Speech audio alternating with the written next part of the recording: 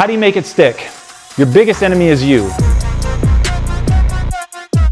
Hey everybody, today's episode is brought to you by Impact Theory University's own Business Decision Making Workshop.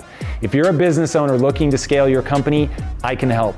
I've created a 4-week intensive workshop that's going to give you the decision-making strategies that you need to scale your company. It's the exact things that I use to take Quest to $1 billion exit, and it's exactly what I'm using today on Impact Theory that's allowed us to grow by 400% in just the last 2 years. If this sounds like something that would be beneficial to you and your business, I want you to go right now to decision.impacttheory.com to apply. Once again, that's decision.impacttheory.com. You can apply today. All right, I'll see you on the inside.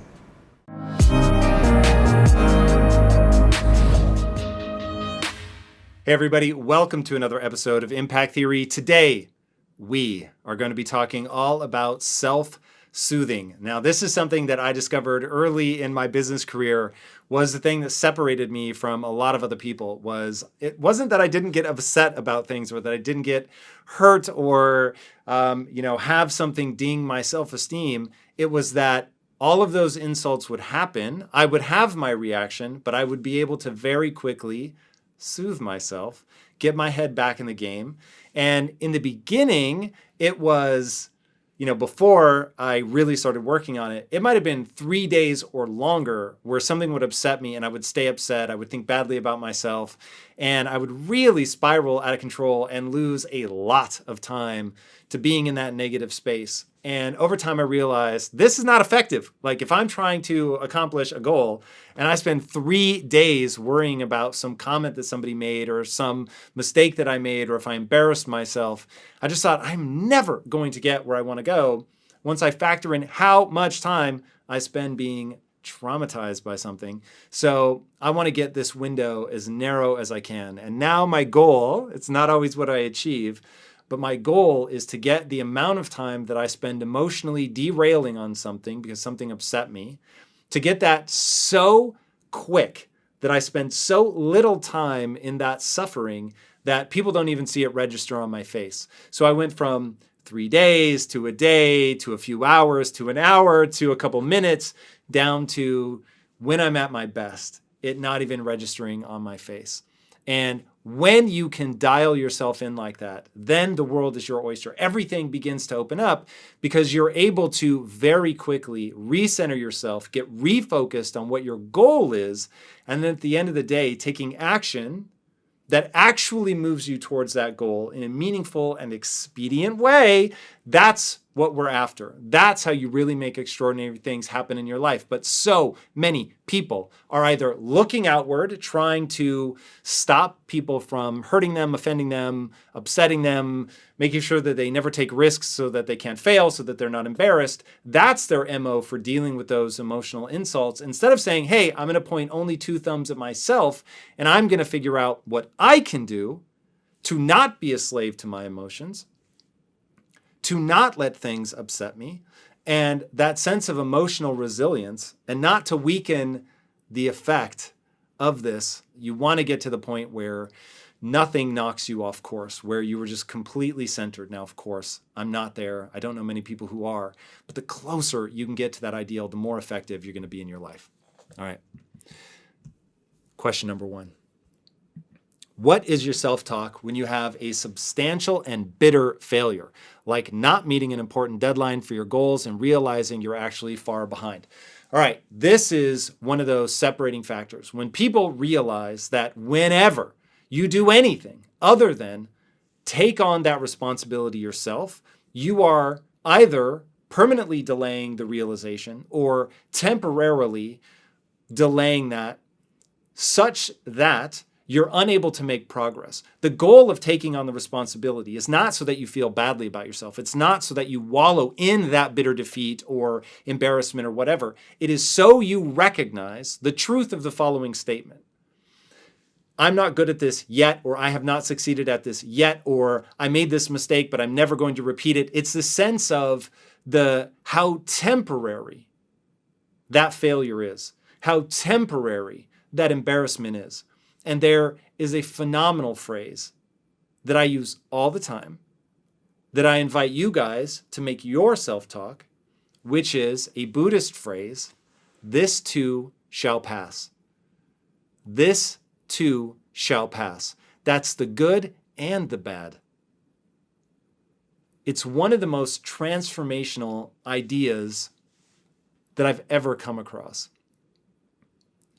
Nothing good will last. Nothing bad will last. And therefore, focusing on what you can do to relish the moment, what you can do to take joy in the pursuit of progress, what you can do to take joy in any moment, just having that moment that you're alive, that there's air in your lungs, that you're able to pursue, that you have these goals. Like all of it is so improbable. Just being alive, being a human. Like when I think about, man, the number of people that die tragic deaths when they're young, and the fact that I've made it to 45 is crazy. And so I want to relish that. So in this sting, in this defeat, in this loss, I'm only looking for the opportunity. What can I learn? What can I do from this? And all of it will pass. However bad this feels, it will pass. It is a neurochemical state. It is transient by nature. And the only way to hold on to it is to rehearse it, to go over it again and again and again. And that's the only way to make that stick. Now, why on earth, my friends, would you want something negative to stick? So why would you rehearse it? Why would you go over it and over it and over it? So in the worst moments of my life, the moments of deepest shame, regret, failure, fear, anxiety, I'm saying to myself, this is going to pass. I will not feel this way forever. And knowing that I'm not going to feel that way forever allows me to begin the process of not feeling like that. It is the first step on the journey of feeling better. Now, when you get good at that, you can reduce the amount of time that you stay there to next to nothing. But it starts with recognizing that there is an impermanence to pain, and it's critical to focus on that. And then the last thing I remind myself is, I can always get better. I will learn from this and move on. All right, next. Sometimes I worry if I self-soothe, I might overstep and become too complacent with my mistakes and don't actually learn from them for numbing that pain or discomfort that could lead me to grow. How do you self-soothe without comforting yourself to the point of losing your drive? What a brilliant question. This is so smart. All right, this is what I call the advanced class. We are now in the advanced class. This is some nuanced shit. You've got to be able to hold two competing ideas in your head. All right, so critical life lesson number one was realizing this too shall pass and that there is joy in that impermanence. Then critical lesson number two is that I'm holding two competing ideas in my head, and that is critically important. Important idea number one, it's good to feel the pain. I need that. Because that's going to give me the motivation that I need, as you so aptly point out, to actually do something about it. Okay? Part of the reason that mistakes, failure, is the most information-rich data stream you will ever encounter is because when you fail, you feel pain, and pain triggers areas of the brain around memory and focus. So now I'm really looking at this thing, and I'm committing it to memory. Now, as long as I'm not pointing all my fingers at other people, all these people, the world, society, whatever, culture is victimizing me. Okay, if I don't do that, and instead, two thumbs pointed right back at this guy, then I'm reminded, oh yeah, I'm in control. I could do something different and get a different result. So I want that sting. I want to know I tried something and it didn't work because I want to trigger focus and memory, and I want to look at what I could do differently next time to get a better result. Because I know while other people are laughing at me, I'm laughing back at them because on a long enough timeline, I can be anyone at anything because I can self-soothe. I don't need it to be somebody else's problem. I don't need to point fingers at other people. I don't need to blame the culture. I don't need to blame society. I don't need to blame anybody other than myself. And even that word doesn't have power over me. It doesn't make me feel badly about myself. Yes, I am the cause of this problem in as much as had I done something different, I would have gotten a different result. Now that makes me feel empowered. So now I'm in this powerful loop of taking on the responsibility, saying I can do something different. I can change this. I can get a better result. But I wanted that sting of like really staring at my inadequacies, really looking at and analyzing my failure. And then I know the competing ideas, right? This hurts with next time I'm going to be better. And I'm not going to sit in that pain for very long because I understand, well, I need a brief moment of pain. If I spend too much time there, I'm going to get lost in the pain and I'm not going to do what I need to do, which is improve. So I never allow myself to wallow in that suffering. I want it, but I want it briefly, just enough to trigger the action. Now, how do I make sure that I walk that fine line? By one very simple thing. A rule in my life that says I only do and believe that which moves me towards my goals. So if believing that I need to beat myself up and suffer and realize that I'm a loser, if that was going to move me towards my goal, which is fulfillment at the highest level, of course, there are times where you're going to slice that up and it's going to be what are the exact things that I need to do to reach fulfillment. But as an over-level goal, I'm trying to reach fulfillment. I'm trying to live a joyful life. Okay, that's the point of fulfillment. If it were going to bring me joy to sit and wallow in what a loser asshole I am, then I would do it. But the reality is that it doesn't. It works just enough to get me moving. But once I'm moving, now I need to remind myself of all the potential that I have. That's a step in the journey of improvement. That improvement is a foundational pillar of human happiness. That I need to be making progress in order for me to attain fulfillment. That to get fulfillment, I've got to build a set of skills really hard. That there is a subconscious process in my brain rewarding me for doing hard things. So here I am. I'm doing one of those hard things, getting over that problem. So I don't stay there. I don't allow myself to stay in the negativity and the pain and the suffering, but I do leverage it to get myself moving. Now, if you're going to err on either side, err on the side of over-soothing yourself. Because let me tell you, all the achievement in the world is going to be absolutely fucking meaningless if you had to beat yourself into emotional oblivion to get yourself to take action. So remember, the point of all of this is a joyful life. When you hear me talking about how hard I work, that I focus on my inadequacies, all of that, I do it in a way that elevates me, that makes me feel better about myself, that brings more joy to my life because I never feel trapped by who I am today. I feel completely liberated by the fact that I can become someone better tomorrow by putting in the work today.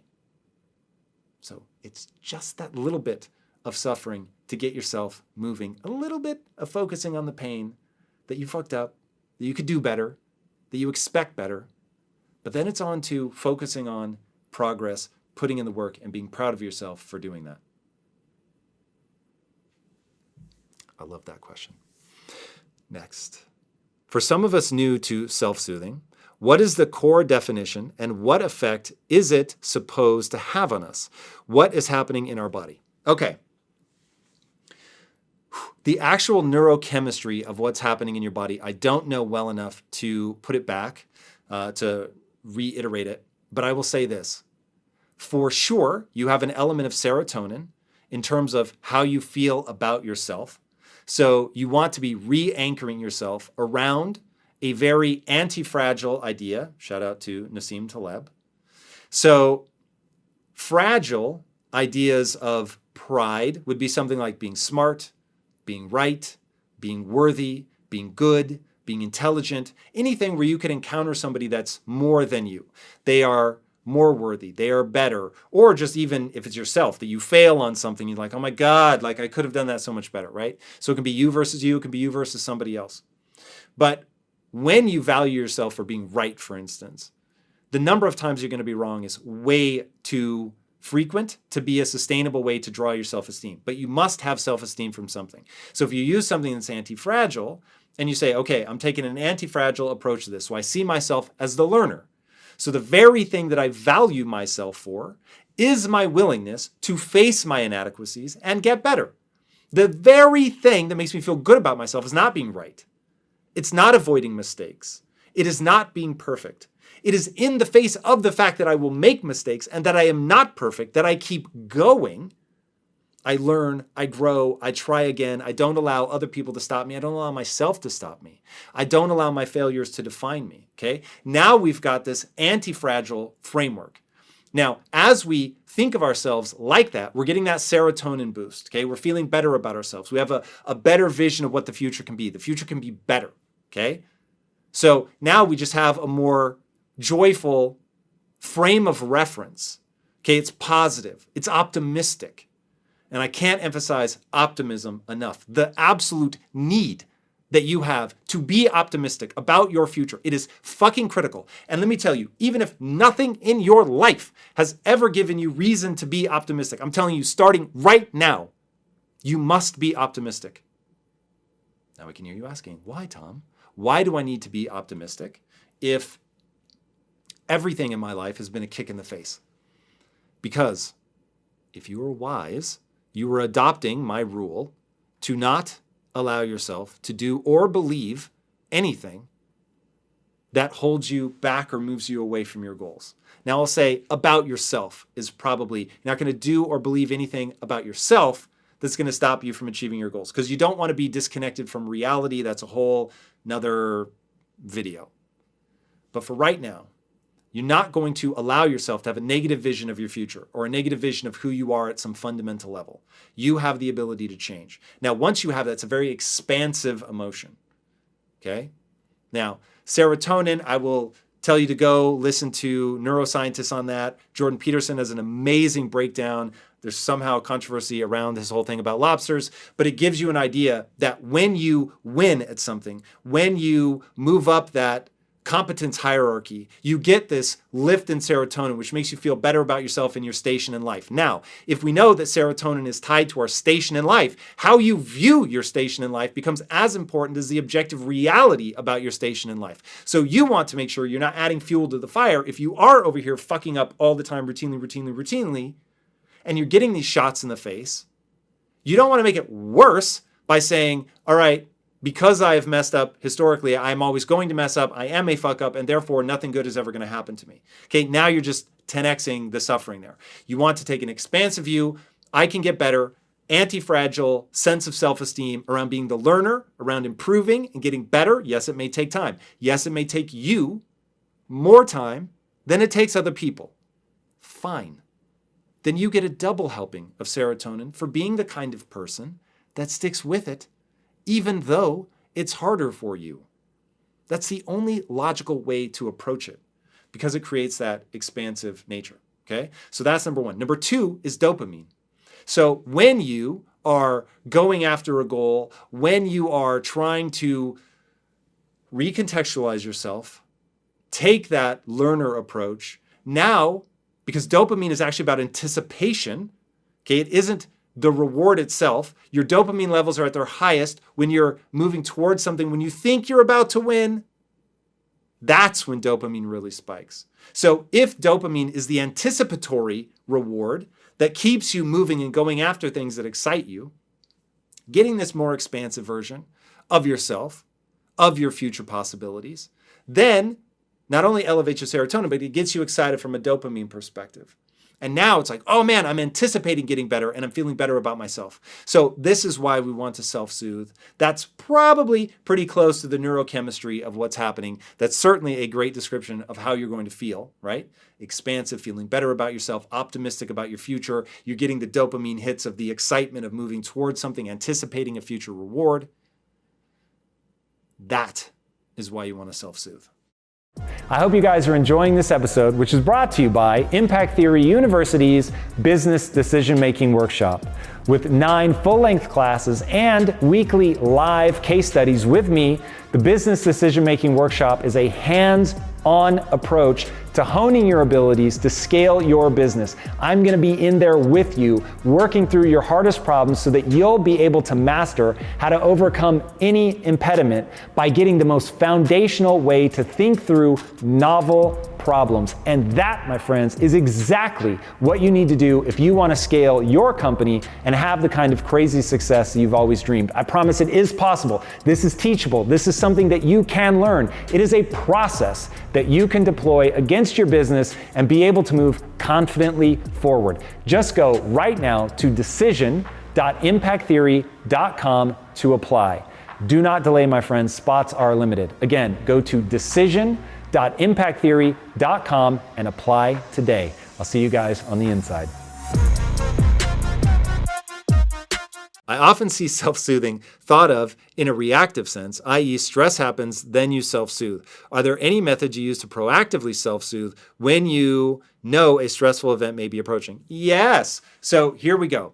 Proactive self-soothing is really all about the management of your biology. Okay, so I wish this wasn't so because I find it so tedious and so boring. But the reality is that the vast majority of your neurochemistry has to do with, if you've been listening to me for a while, you know what I'm about to say, your diet.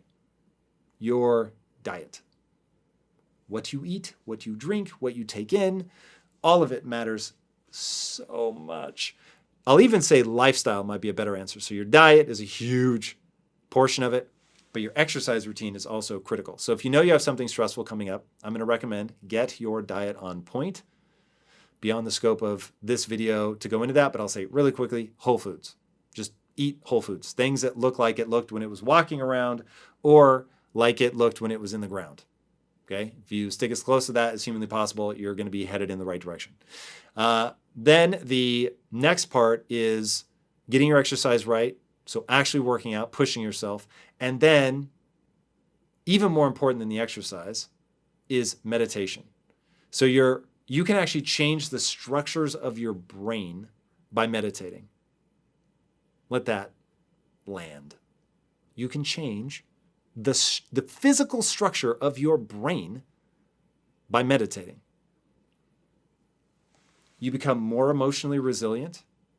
You become more able to focus on a task over long periods of time. A lot of really fascinating things happen when you meditate. So if I were trying to preemptively self-soothe, that's exactly what I would do. Diet, exercise, and sleep. That's a critical part. And then meditation. Word. And then get your rules in place, get your beliefs in place.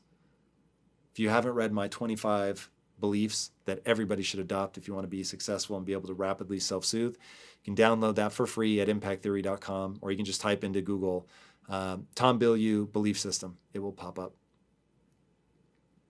All right.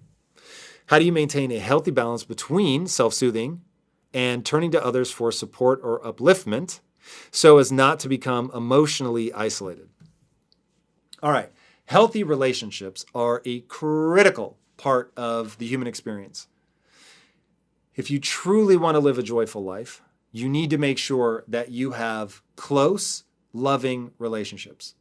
If you don't currently have close, loving relationships, do not pass go. Do not collect $200. Immediately address that in your life. If you need to start somewhere and you have no idea where to start, man, go to a soup kitchen. Do whatever. But get out with other people, start connecting to people, do something, some kind of way, join a Facebook group, join a club, virtual or in person, whatever weird interest you have. I promise there are other people out there that have that same interest. This was, 10 years ago, maybe more, 15 years ago, when I learned about furries, which I still am surprised is a thing, but it is a thing. And the fact that even pre-internet, there were entire groups of people that would meet up and this is their thing. I thought, okay, if there's people that are into that, no shade, man. If that's your thing, that's your thing. But if there is a convention's worth of people that are into that, then there is a group of people for every interest, no matter how niche. So find your people, connect. That is hugely important. And then don't look for other people to carry you, but having people in your life that support you, that, and this is the easiest way to explain this. From my wife, I say, I'm not looking for sympathy. Okay, I don't want you to feel bad for me. Empathy, that would be amazing. I want you to understand what I'm going through. Now, here's how it plays out.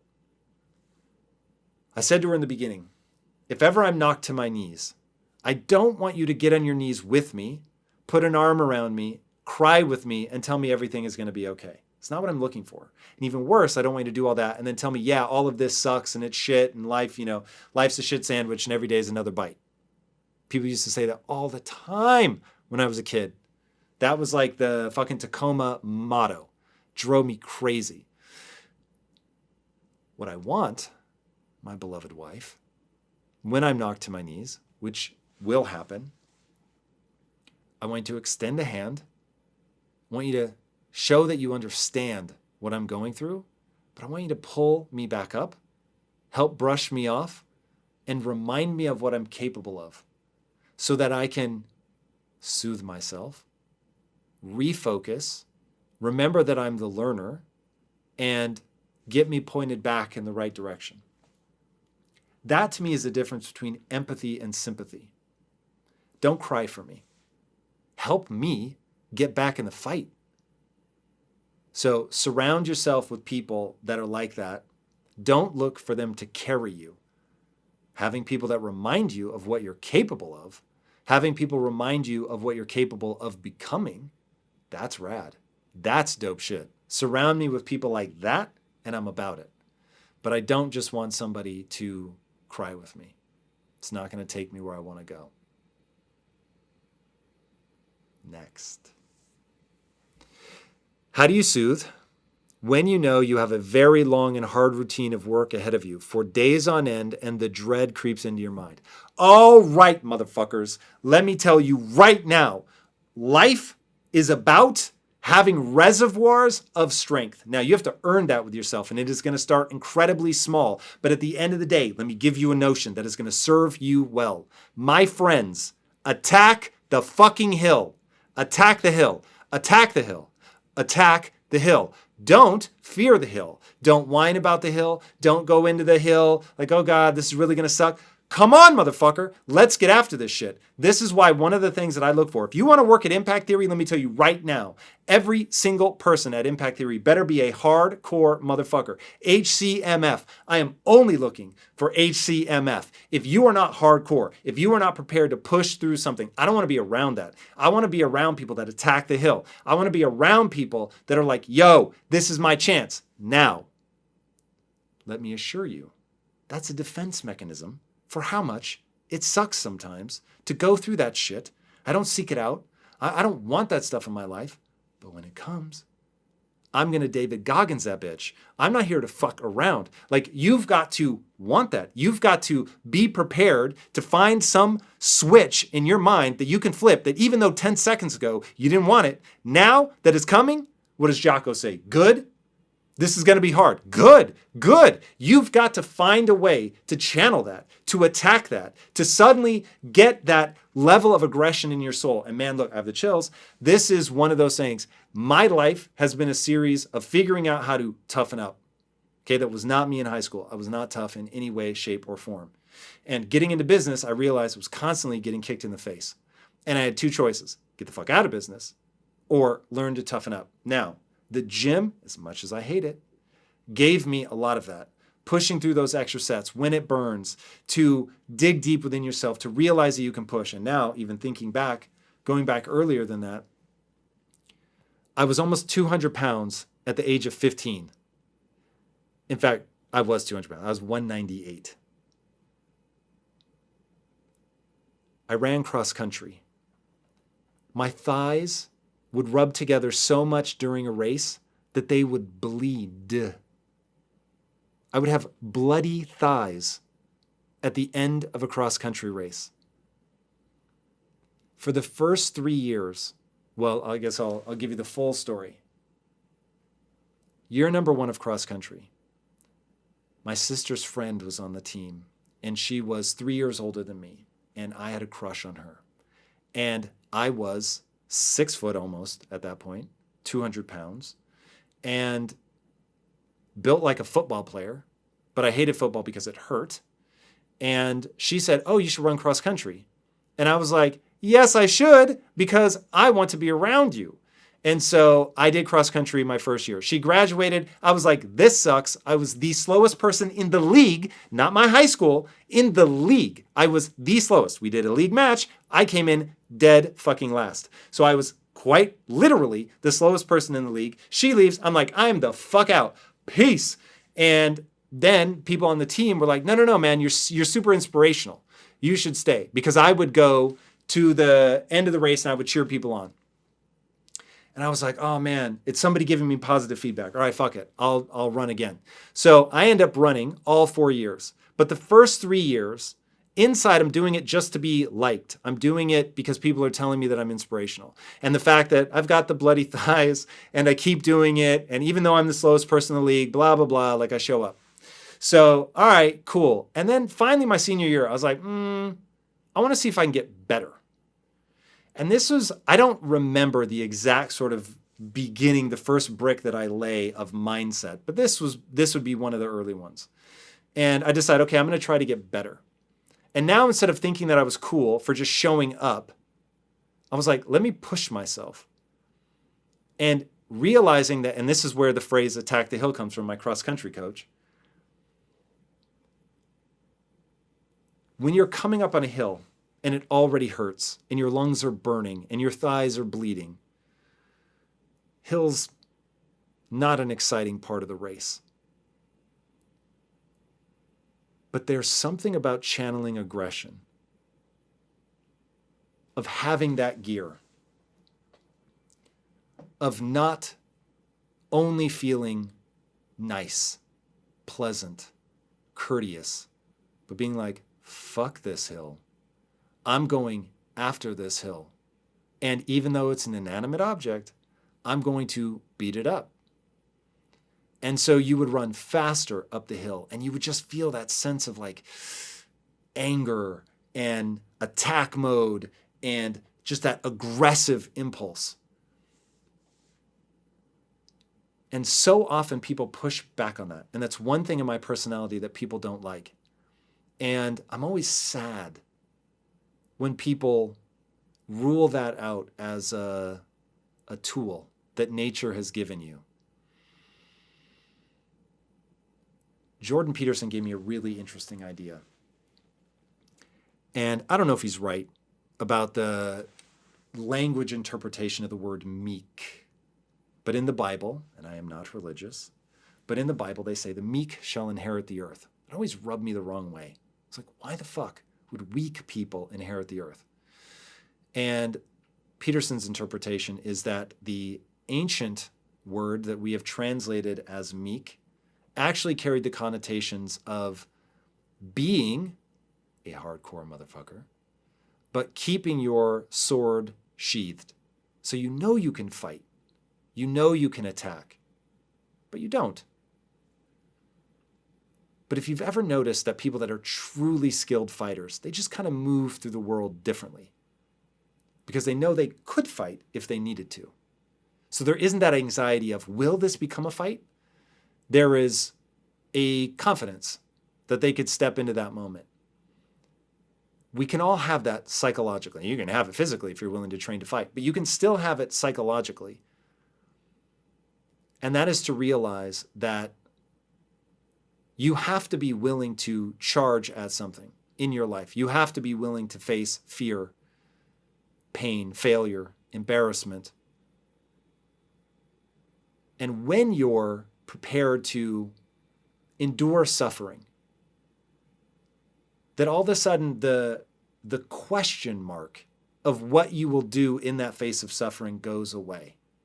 And when the question mark around suffering goes away, and you know, I will endure this. I will do whatever it takes within my code of ethics. But within my code of ethics, I'll do whatever it takes to achieve my goals. I will endure any amount of suffering to grow and to get better, to uplift myself and other people. When you know that about yourself, and it started small, and you earned a little more credibility, and a little more, and a little more, and you show up, and you attack another hill, and another hill, and another hill. When you know that about yourself, then you begin to understand that aggression is powerful. You just don't want to wield it all the time. For the most part, you want to leave your sword sheathed. But to know that you have a sword and that you know how to use it is unbelievably liberating.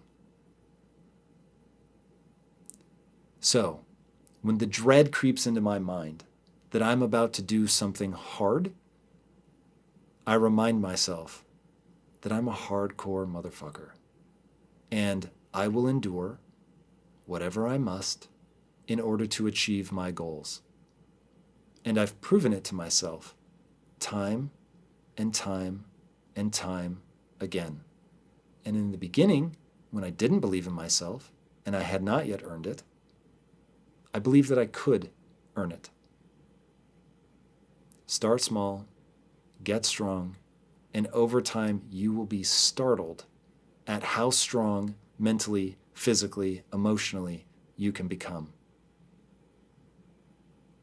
And that, my friends, is the perfect note to end this on.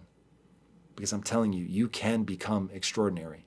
It will take time, it will take persistence, it will take growth, it will take getting stronger, but it is possible. It is possible to believe in yourself, to fail, and know one thing above all else: I'll learn from this. And when you learn from it and you grow and you get better, you'll realize on a long enough timeline, I can beat anyone at anything. And even if that's a lie, it's an empowering lie. And I'm going to do and believe that which moves me towards my goals. And let me tell you, even if you can't beat anyone, the reality is that most people give up. And as long as you don't give up and you keep stacking that wisdom and those victories and that emotional resilience, all of a sudden, the hills that used to seem insurmountable become very easy to attack. And all of that is what's running through my head when I need to self-soothe. And it will be there for you if you put in the work. All right, everybody, that's it. Speaking of things that will help you get better, if you haven't already, be sure to subscribe. And until next time, my friends, be legendary. Take care. Thank you for watching this episode, which again was brought to you by Impact Theory's very own Business Decision Making Workshop. If you guys are ready to take your business to the next level by investing in yourself and learning the first principles of business, then I want you to take action right now and go to decision.impacttheory.com to apply. I promise you, I am giving you every piece of information that you will need to overcome any obstacle that your company is facing, to stare down problems that will arrive a year, 5 years after you take the course. This is the strategies of business decision making that every successful entrepreneur has to learn to deploy against their company if they want to grow. All right, guys, I promise it will deliver 10x the value of what you paid for it. And if it doesn't, I'll give you your money back, no questions asked. You know me, I live in the public eye. There's nowhere for me to hide. This is me trying to give as much value as humanly possible. I really think this class will be transformative, and I hope you will sign up. And I will see you in the next live class. All right, guys, take care and be legendary.